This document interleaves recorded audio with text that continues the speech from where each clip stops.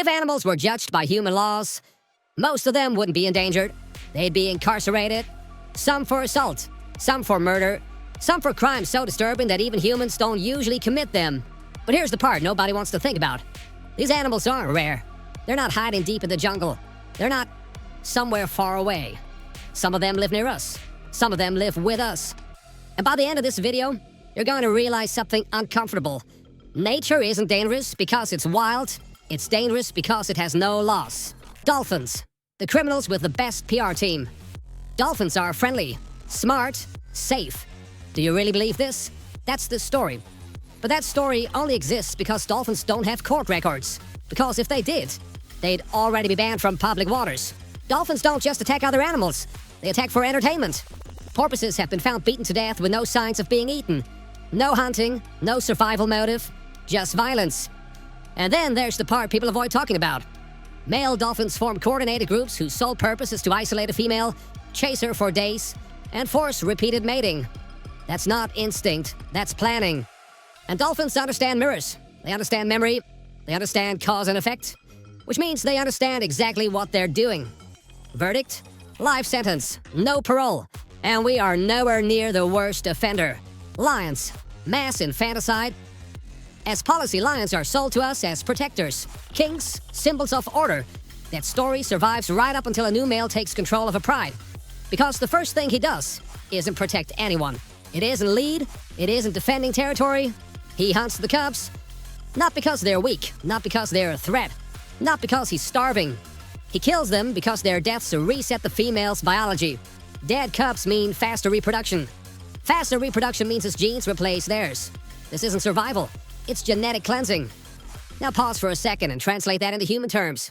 Imagine entering a neighborhood, identifying children that don't belong to you, and killing them so the adults are forced to start over. That's not dominance. That's not nature being harsh. That's a crime scene with a crown on it. Verdict? Multiple life sentences. And if this already feels uncomfortable, good. Because this isn't even the worst thing nature allows. Adelie penguins. War crimes in a tuxedo. Penguins look harmless. That's not an accident. That's camouflage. Adelie penguins live in colonies where stones decide everything. Stones build nests. Stones attract mates. Stones mean survival, which means stealing them isn't mischief. It's economic sabotage. They steal from neighbors. They steal from partners. They tear apart pair bonds over rocks the size of a coin. And the violence doesn't stop there. Fights break out constantly. Beaks, flippers, crowds watching.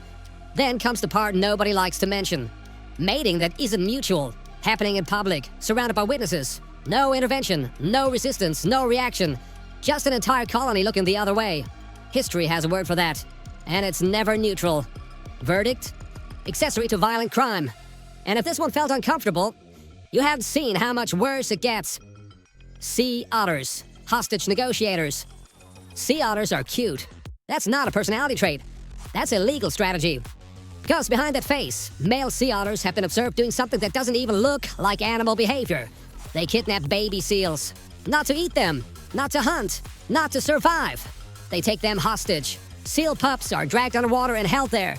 Not long enough to kill them, just long enough to be understood. The message is simple. Mate with me, or your offspring suffers. And if the mother resists, the pup is injured, sometimes fatally. This isn't instinct. This isn't chaos. This is leverage. This is coercion. This is extortion carried out with lungs instead of words. Verdict, life sentence, with additional charges stacked on top. And now that you've seen what violence looks like, we move on to something worse. Manipulation, cuckoo birds, identity theft. Specialists, cuckoos don't raise their own young. They delegate.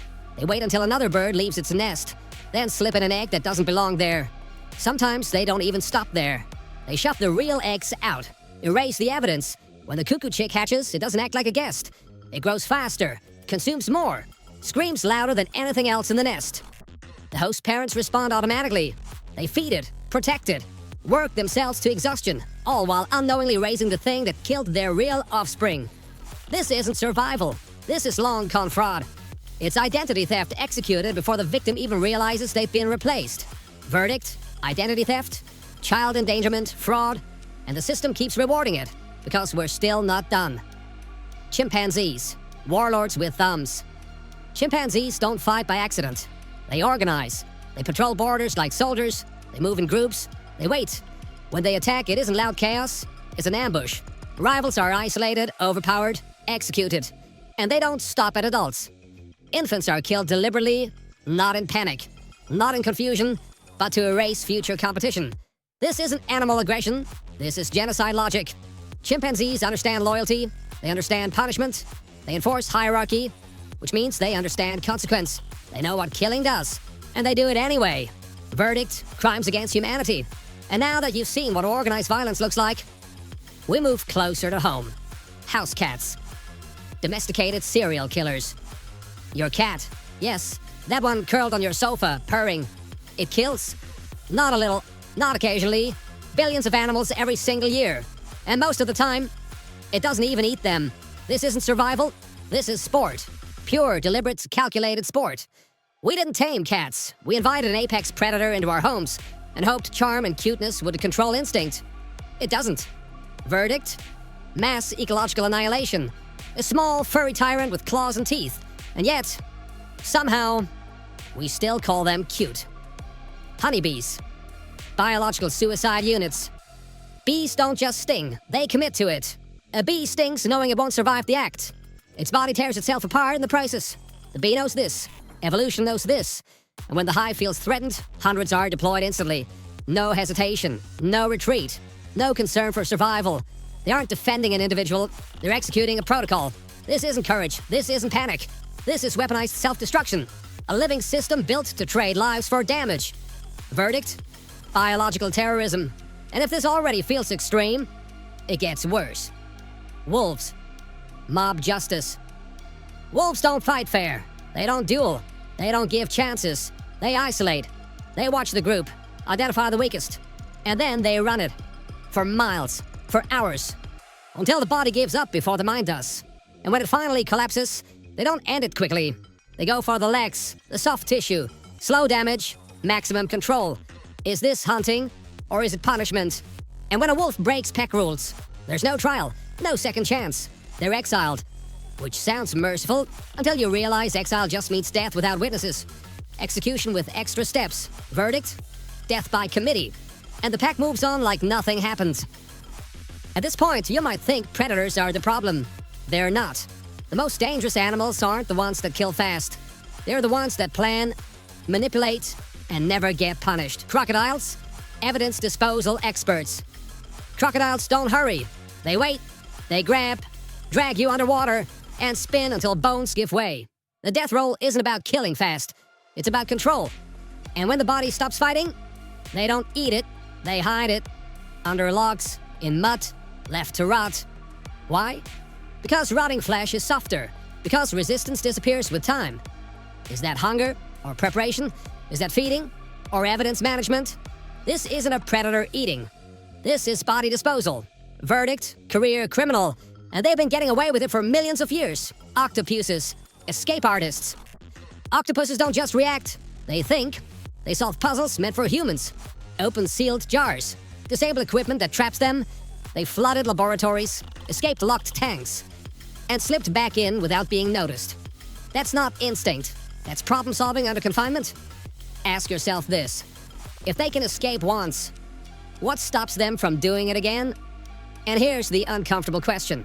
What if they didn't die so young? What if this intelligence had decades to plan? Because if octopuses live longer than a few years, we wouldn't be studying them, we'd be containing them. Verdict: high risk in mate, maximum security. And even that might not be enough. Nature doesn't have villains. It doesn't need them. What it has are systems that reward results, no matter the cost. If violence works, it spreads. If manipulation works, it evolves. No guilt, no hesitation, no accountability. Animals don't break laws. They expose the reason laws had to exist at all. Because without rules, without consequences, without punishment, behavior doesn't disappear. It optimizes. And the only reason humans believe we're different is because we decided some actions were too dangerous to let survive unchecked. Out there is no justice, no fairness, no mercy, only outcomes. And nature never asks who gets hurt.